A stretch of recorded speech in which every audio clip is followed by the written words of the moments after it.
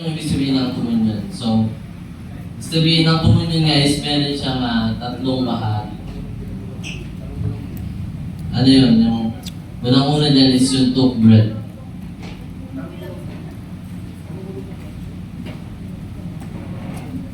And yung pangalawa naman is yung break it.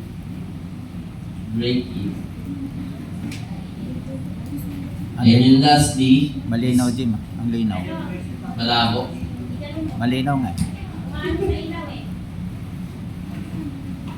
Ano pa? Wala nang pintel. Break it. Yan.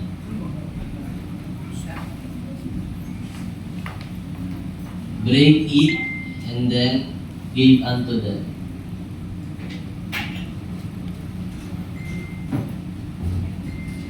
So, ayun yung tatlong bagay na So, sinabi nga, is Old Testament is meron ng nagaganap na communication.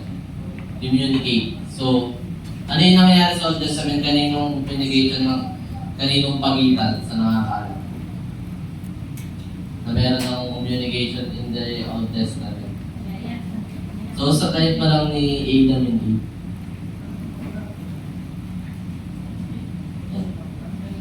And sa time pa lang nila is meron ng communication between sa Diyos ngayon sa kay Adam and Eve. So, nakikipag-communicate sila and binibigyan sila ng instruction ng Diyos.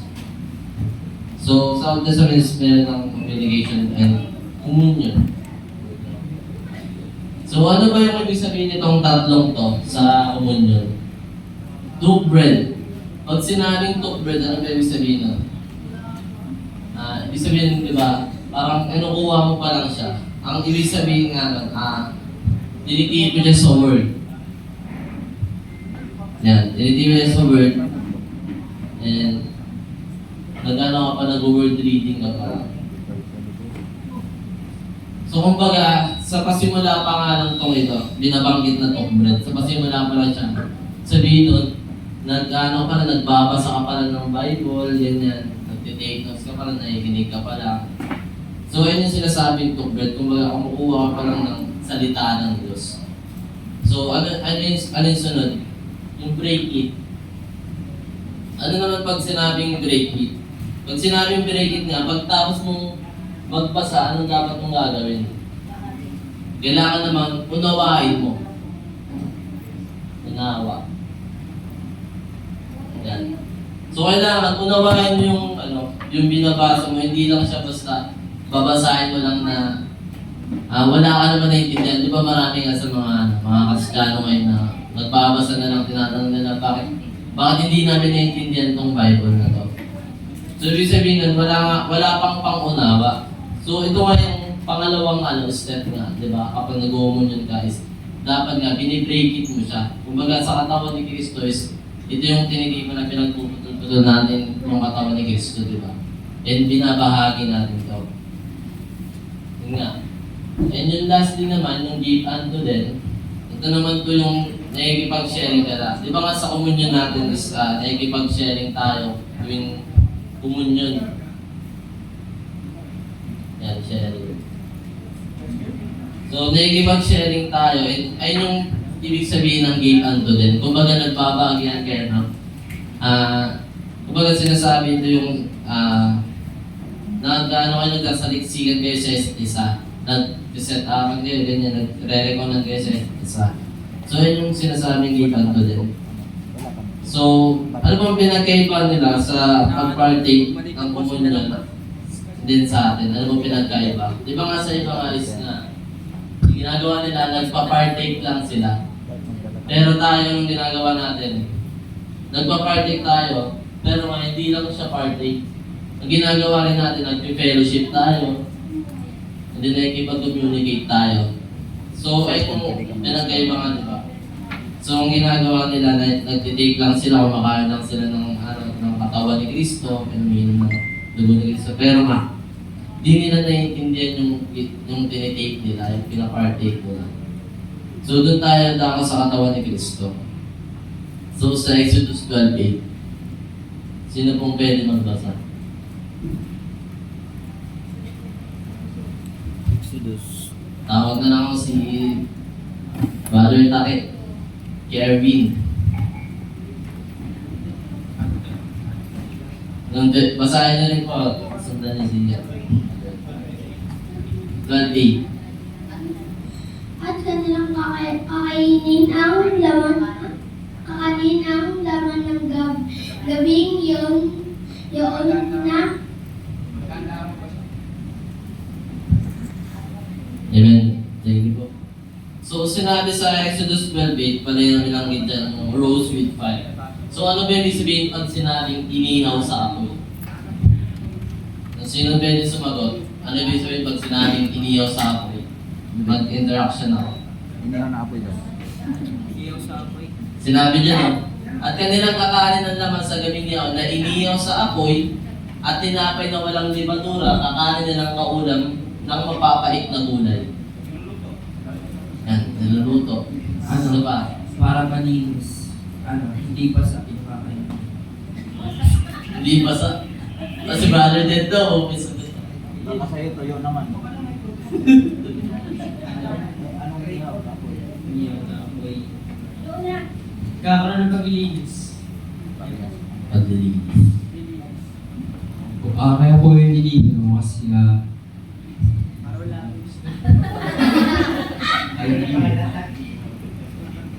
Naalata ka dyan ah. inihaw yun para sa paghandog sa Diyos. Ayun yung ibig sabihin ng pag-ihaw. Any answer? Wala na. So yun na, tama naman natin ang sinabi nyo. Yung sinabi, pag sinabing rose with fire, ang unang-una dyan is paglilinis. And meron pang ibig sabihin yan, hindi lang siya paglilinis, hindi tayo. And meaning yan sa spiritually is yung struggle. Ay, nako. Or sinasabi natin libadura. Libadura. So, bakit ba kailangan iyawin sa apoy? Ayun yung tanong nyo, bakit ba kailangan iyawin sa apoy? Di ba nga, sinabi niyan, iniyaw sa apoy at tinapay na walang libadura. Bakit nga? Kasi nga, yung bakit sinasabi yung lulutuin is kailangan idaan sa iniyaw sa apoy para nga malinis. So ano ba yun? Yung even kay Kristo, sa time niya ni Kristo, di ba, nung bago siya mamatay, is marami siyang nadaanas na struggles, di ba, na nag-ministry si Kristo, is maraming kumakalaban sa kanya, di ba? And, ano ba dun? Yung libadura, tipo rin yan sa atin na kailangan nga, di ba, iyamin din tayo sa apoy. Kung baga, hindi siya titiran, dapat nga, katulad ni Kristo, kung paano yung dinanas niya, di ba, na napagtagumpayan niya yung ginagawa sa kanya ng mga tao. So, dapat ganun din tayo na kailangan dumaan din tayo sa paghihirap, di ba, katulad ni Kristo. Na kung paano siya namatay, and kung paano niya dinanas yung pagmiminis niya, dapat nga ganun din tayo, na dapat maranasan din natin yung ginagawa niya. Then sinabi doon, Exodus 12:15, sinabi diyan, sabi 7 araw kang kakanin ng tinapay na walang libadura, sa unang araw daw magiwalay ang libadura sa bahay. So sinabi, ano ba yung sinasabi ng libadura sa bahay? Ayun nga yung, kumbaga sa unang araw nga dapat nga kapag nag-take ka ng communion, aalisin mo na yung mga libadura sa bahay. Ano ba yung libadura sa bahay? Magbigay. Ano yung libadura sa bahay? Okay, ako na mauna. And just ang cellphone. Borlolo eh. So marami naman, alam naman natin yan kung ano yung libadura sa bahay, di ba? Yung mga ginagawa natin ng mga worldly things. So, unang-una yan, na dapat nga, sinabi dyan sa Exodus 12:15, kung mabasa natin, sabi 7 araw kang kakanin ng tinapay na walang libadura. Sa unang araw, dapat maghiwalay ang libadura sa bahay. So, dapat nga, di ba, sa unang pagtitake mo pang ng komunyon, dapat nga alisin mo na yung mga libadura sa bahay. Dapat nga. Kapag nagtitake ka ng komunyon, is meron kang pagbabago. Diba? Katulad ni Kristo. And lastly naman, last verse. Exodus 12:20. Sino pwede magbasa? Last verse. Si ano? Si Brother Jules. Exodus 12:20. 12:20. Huwag kayong kakain ng anumang bagay na may libaduro sa lahat ng iyong mga tahanan. Kakain kayo ng tinapay na walang libadura.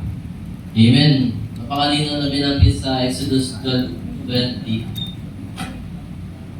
Is huwag daw kayo kakain ng, hanapin yan? Huwag kayong kakain ng anumang bagay na may libadura. Ano ba yan? Yung binanggit ko kanina. So dapat, alam mo lang mali na di mo na ginagawa yan. Di mo na minamanifest sa sarili mo yan.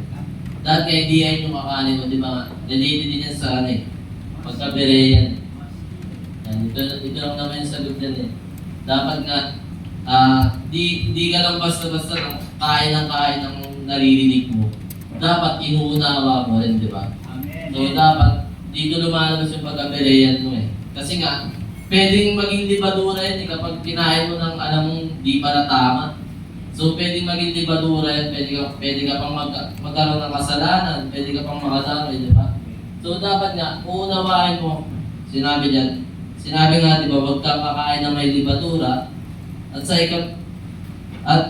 sa lahat ng iyong mga tahanan ay kakain kayo ng tinapay na walang libadura. So, malino na binanggit nga niya na ang katawan ni Kristo is tinitipia sa unleavened bread na binanggit sa Exodus 12:8 na dapat walang libadura. So, ganun din dapat tayo na maging malinis yung katawan natin. Dapat alisin na natin yung mga libadura sa katawan natin. Amen ba? Amen. Then, binibigay ko na kay Pastor.